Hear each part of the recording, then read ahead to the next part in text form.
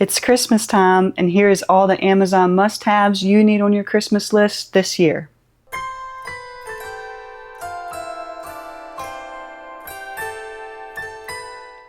Hey guys, I'm Jules. Welcome to Manna from Heaven Sourdough Co.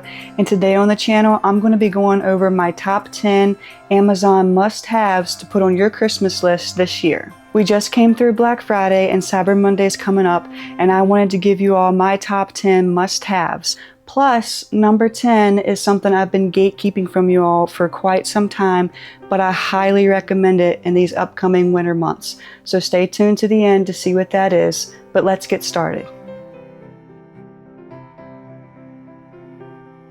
So to start things off, the number one thing you have to have when starting sourdough is your kitchen scale.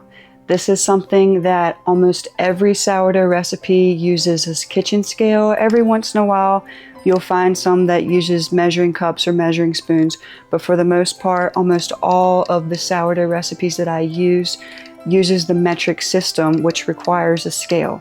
Highly recommend this. I've had it for going on 1.5 years now. Still have not had to replace the battery. Highly recommend this one.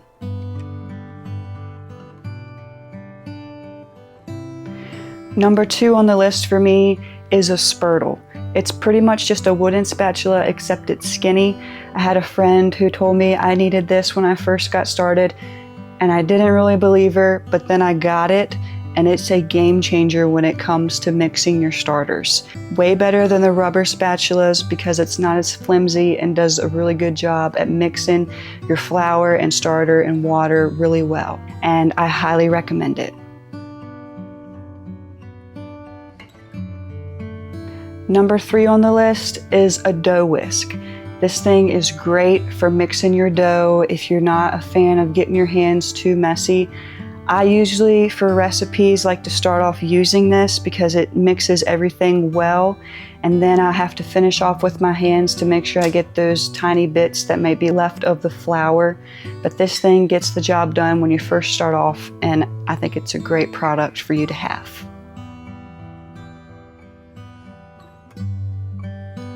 Number 4 on the list is a bread lom. This is something that you use for scoring. This one's great because it comes with a nice cover to put in your cabinet, and so that you don't actually stick your hand in there and cut yourself if you're accident prone like me. Sad but true. So I believe this one came with some replacement blades, and it makes scoring a lot easier. When I first started sourdough, I used to use scissors. It's a true story, and this is a game changer if you've ever used scissors to score your bread. Highly recommend this one. Number 5 on this Christmas wish list is Banneton baskets. These are something that I use almost with every sourdough recipe. You can just use a regular bowl and put a floured tea towel in there, but this just makes life easier. It comes with these nice removable cloths that you can wash, or you can just put your bread in here without it, but these are removable and machine washable. They are great if you use recipes that create 2 loaves, which is something that we always do because we like bread. So the more the better, and so now you have 2 baskets that you can use at the same time.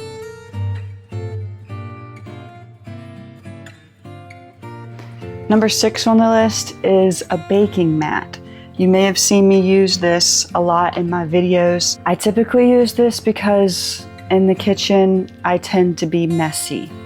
So this helps me to contain my mess, and it also makes cleaning up easier and more contained and a bit quicker. It also helps with protecting your countertops. It's silicone based and cleans up really easily with just some soap and water. I use it for a lot of things outside of sourdough as well, and it's come really handy for me.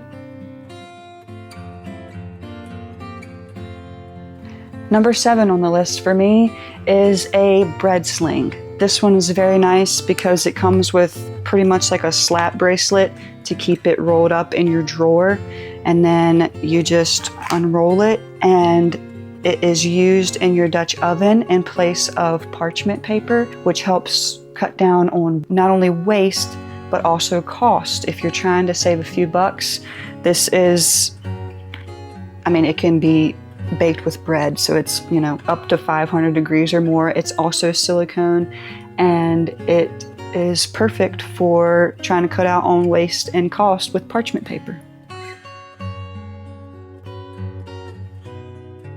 Next on the list for me is your Dutch oven, and I'll try to lift this without dropping it because that could be a catastrophe. But your typical Dutch oven, I got this from Amazon. Obviously all these things are from Amazon. Highly recommend it. Lodges are great, but I didn't want to pay that much money for a Dutch oven starting off, and I can honestly say that this one does just as good. I've never had a Lodge, so they may do better. So I might not be the best person to compare that with, but this one for me gets the job done when it comes to baking bread. We also make soups in it, and it does great for that. So I highly recommend this one. It's affordable and gets the job done when you're making sourdough bread. Number 9 on the list for me is something that I just recently, within the last 6 months, discovered when it came to baking sourdough, and it has become a game changer. I've mentioned it a few times in my previous videos of using a heating pad. You guys, this is great. In the winter, our house gets cold. We live in Virginia. We have some cold winter months, and that sourdough bread just does not want to rise some days.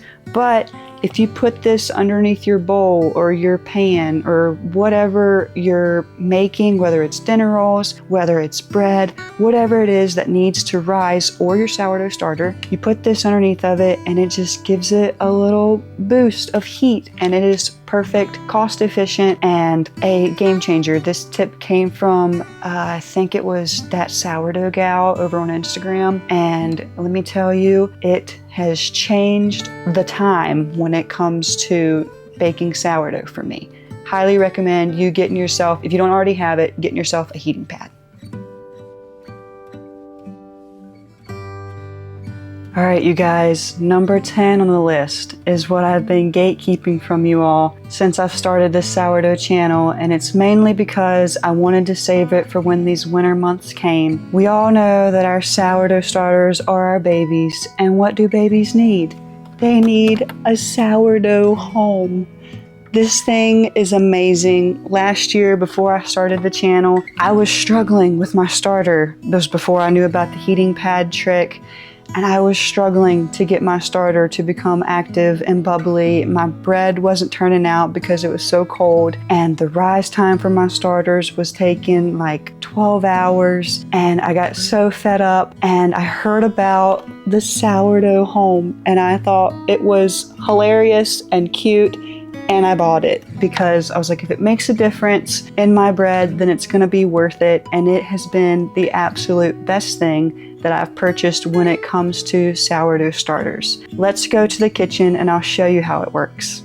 So the setup for this is really super easy. All you do is plug it in and push the on button, and that's your temperature display. So it's now set to 41 degrees. 41 is the lowest that it'll go. And fun fact, you're not really supposed to have your sourdough starter less than probably 41 degrees. I know that you can put it in the fridge and honestly it doesn't hurt it, but technically speaking, you're not supposed to put it below 41. Can't say that it messed mine up when I did put it in the fridge before I had this Sourdough Home, but that's just a little fun fact for you. And then you can just adjust the temperature up. So you push and hold and it starts climbing, do single taps, but it'll go all the way up to 99 degrees. I've never put mine at 99 degrees. Depending on how fast I need my starter to rise, I don't even think I've ever been to 80 degrees. I think I typically, if I need it super fast, will set it to 78. But I love it. it's pretty much a little home for your sourdough. You open it up and it has 2 racks that you can remove. So I don't typically keep this one in there. You just take that out and then you just set your sourdough in there. And then you close the door and it'll heat up or it'll cool down. So just for reference, here's my sourdough starter. I'll show you. It just is the perfect little home for it. Keeps it nice and warm and happy. And I highly recommend this little sourdough home. I hope this video is helpful for you, and I hope that maybe you found something from my top 10 list that you want to add to your wish list this Christmas that'll maybe help make your sourdough journey a little bit easier. Like I said, with Cyber Monday coming up, maybe some of these items will have some deals, and I'll have all of these linked below with my Amazon affiliate link. That just means that there's no extra cost to you. The price is still the same as it would be if you were just to Google it and find it and buy it. But if you use the link that I've provided below, I will just earn a small commission that just helps me to continue to make videos like this and to support my channel. And I appreciate each and every one of you. But these are my top 10 picks. Let me know in the comments below if there's anything that I missed out on that you feel is a sourdough must-have, and I would love to check it out. Don't forget to like and subscribe, and I hope you all have a wonderful holiday season and happy shopping. We'll see you next time.